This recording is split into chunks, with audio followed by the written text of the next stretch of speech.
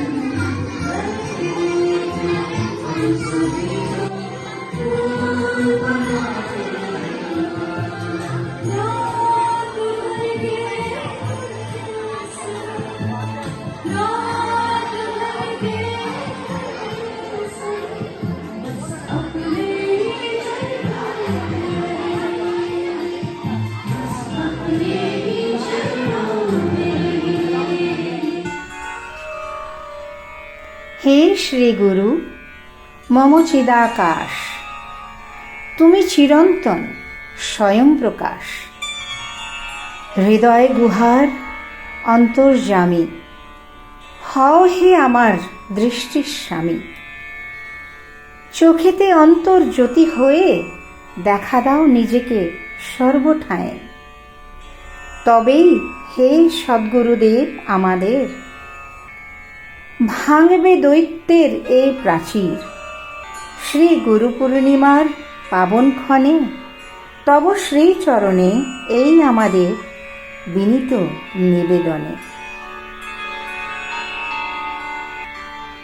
শ্রী গুরুর শ্রীচরণ কমলে আমাদের বিনম্র প্রণাম।